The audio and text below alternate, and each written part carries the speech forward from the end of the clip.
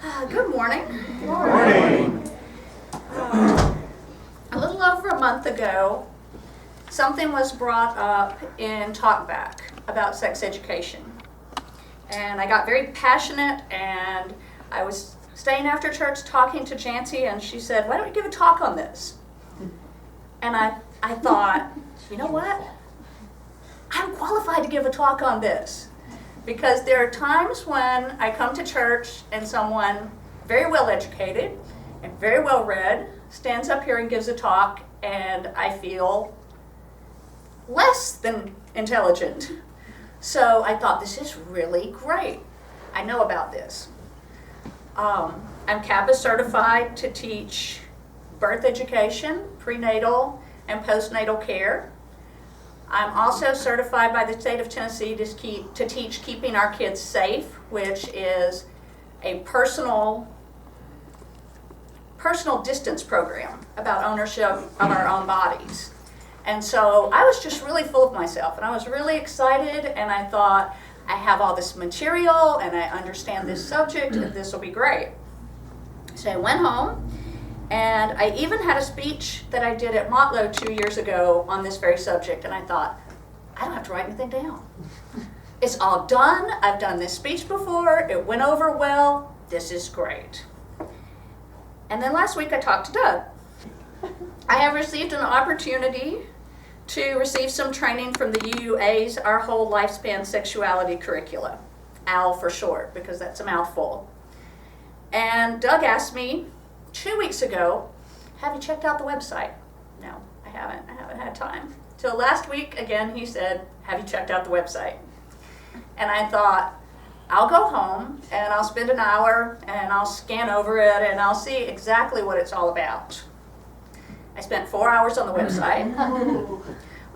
The curriculum is not available on the website, so I spent 4 hours on the website reading about why the curriculum was developed and why there's a need.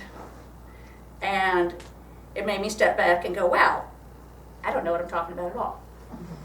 There's this huge need for more than what I thought we should provide for our children, beyond what we're not providing for our children. So we're going to start with what is comprehensive sex education. Webster's dictionary defines the word comprehensive as an adjective meaning of large scope, involving a large range of knowledge, or an adjective meaning simply complete. According to the Kaiser Foundation, the word comprehensive means something completely different when it refers to what's happening in our public school classrooms. Sex education in our public schools is taught only over a few class periods, less than one semester, and as part of another class, such as PE or health education. Schools take one of two approaches. In Tennessee, the two approaches are the abstinence-only approach or the comprehensive approach. Abstinence only, that's self-explanatory. The classes taught from the comprehensive approach are classes where children are taught that you should wait to have sex, but if you decide not to wait, use birth control and have safe sex. Most teachers and principals, 61% in our state according to the Kaiser Foundations, say that their school provides a comprehensive sex education. The best programs cover AIDS education, sexual transmitted diseases other than AIDS, the basics of human reproduction, abstinence, and birth control. But teens say that critical information such as abortion or sexual orientation is not covered. Some programs cover birth control, but don't cover where to obtain it or how to use it. Our teens should be given information about their bodies and the bodies of the opposite sex. They should be given information about birth and its side effects and risk, as well as information about STDs and the risk posed by STDs and their treatments. But shouldn't they also be given information about the medical risk of abortion or the medical risk of a child carrying a child to term? Many young people lack confidence in critical areas. Is sex just another area in which we take risks with their hearts and their self-esteem? We teach our children the medical basics about STDs, but are they comfortable coming to us and talking to us? Are we telling them where to go to get tested? Are we driving them there? Do we talk to them about the importance of communicating with a sexual partner about STDs? Do we talk to them about communicating with a partner about birth control? We teach them about the reproductive consequences of sex, but do we talk to them about emotional consequences? We talk to them about peer pressure. We tell them, yes, someone is going to pressure you to have sex. Do we discuss what to do if they or a friend has been raped or sexually assaulted? Would they come to us and tell us if they had? Do we ever mention sexual orientation to our children? Do we ever mention substance abuse combined with sex? There are so many things that we communicate to our children, but there are also so many things that we as teachers and parents do not say. Regardless of what parents believe about morality and abstinence, we all have an obligation to our children to educate ourselves so that we can make sure that they are educated. It's a fact. People are going to have sex. But whose responsibility is sex education? In my family, I received half an hour of sex education at 16 as part of a health class. A lady came in and talked to us about our reproductive systems and the fact that we were going to have a period every month. At that time, we were 16, and most of us were already having sex. This was in the 80s, before we had any information about AIDS at all. We were given no information about other sexually transmitted diseases or any other health risks. This was in our health class. At the time, my father was a single parent. I grew up in a very conventional Christian household. My dad took me to the doctor, put me on the pill, and then never mentioned why he did it or why I was taking the pill. Continued to teach me that the church taught us that good girls didn't, so don't. But he must have known people have sex. The mothers and fathers of today's teenagers were teenagers in the 70s. Love was free, sex was freer, and the majority of these parents should be able to teach their children about sex. But they were parents who learned their communication skills from conservative parents for whom sex was hush-hush. If these parents are ill-equipped to teach their own children, and they're not comfortable with the topic, where does the responsibility of sex education rest? Does it rest on the shoulders of the school system? According to the U.S. World and News Report, since 1996, we have funneled billions of dollars into the public school systems to provide education in the areas of birth control and STDs. So, in all probability, if we simply rely on our school systems, our children will at least be given information in these two areas. We'll start with STDs. According to the Kaiser Foundation, 95% of school systems with comprehensive sex education programs, this is 95% of the programs that consider themselves comprehensive. This doesn't count all the abstinence-only programs. 95% of the comprehensive sex education programs provide information only about HIV.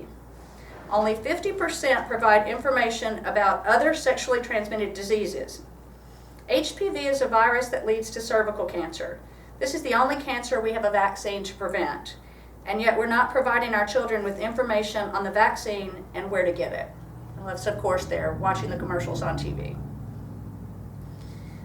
The second area of information is birth control. I would like to give you some statistics about birth control from our bodies ourselves. 85% of sexually active women who use no birth control will get pregnant within 1 year from using this method. 21% who use condoms only will get pregnant. Even the pill and surgical sterilization are not considered foolproof. Teens who are given information about abstinence and birth control are often not given information about pregnancy, birth, and abortion. According to the Families First Treatment Center, teens under the age of 20 are 5 times more likely to die of complications related to pregnancy or childbirth. This is the boring part. It's a little bit more of statistics. 34% of women in the United States get pregnant before the age of 20. 8 in 10 of these pregnancies is unintended. And 79% of these unintended pregnancies are teens that are unmarried and often without support of the child's father. These mothers must have choices. We must give them the information that they need to make these choices. Even if that information is that 1 in every 10,000 abortions in the United States is an illegal abortion that leads to maternal death. These mothers should have information on how to make choices such as raising a child, and be given information on how to find resources to help them do so. Choices on how to put a child up for adoption and their legal rights in doing so. These women should have the choice to a safe and legal abortion. I know what I believe. I know what information I believe our children deserve.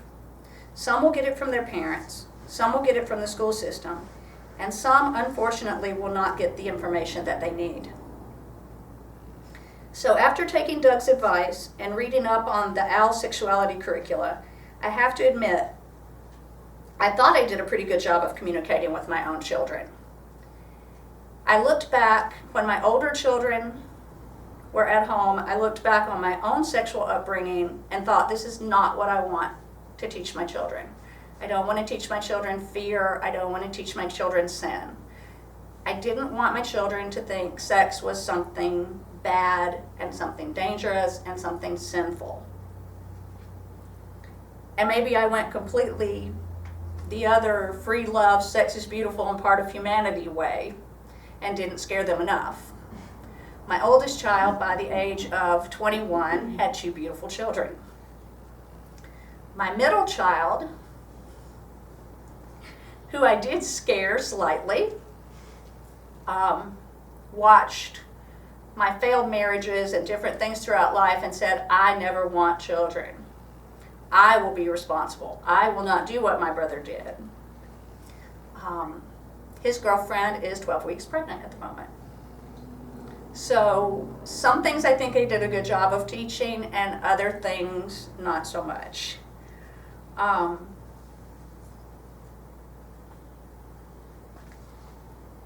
When I went through the information on the OWL program, it seems to give us a sexual curricula that bridges those gaps between parent communication and the information that's given by the school system.